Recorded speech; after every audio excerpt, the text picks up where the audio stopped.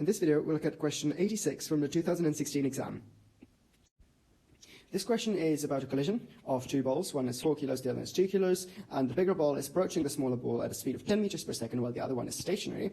And just after the collision, we know that the smaller ball flies off at a speed of 10 meters per second to the right, and the other ball also probably moves, because we are asked to find the speed, v, at which it does so, and also the energy lost during this collision. So, first of all, we know that energy is not conserved, or we guess, because otherwise they would probably not ask about how much energy was lost. And at the same time, as usual, momentum must be conserved.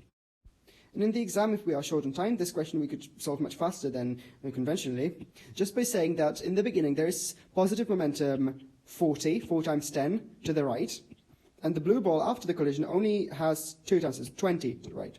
That means in order for momentum to be conserved, the red ball after the collision also has to have some momentum to the right, i.e. its speed must be to the right. And the only such option given in the exam are the last two, in both of which speed v is 5 meters per second, so it must be that.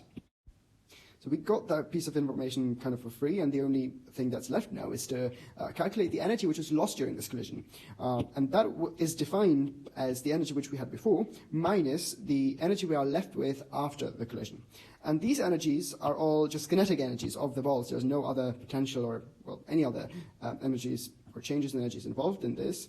So we can use our definition of kinetic energy as half mv squared with the mass and speed, and when we plug our numbers into this formula, to the combination of the two, we see that the energy before is just the energy of the red ball, this one is not moving, minus the energy of this ball plus that ball. And numerically, it gives us 50 joules, which is our final answer, and in the exam, it was option E.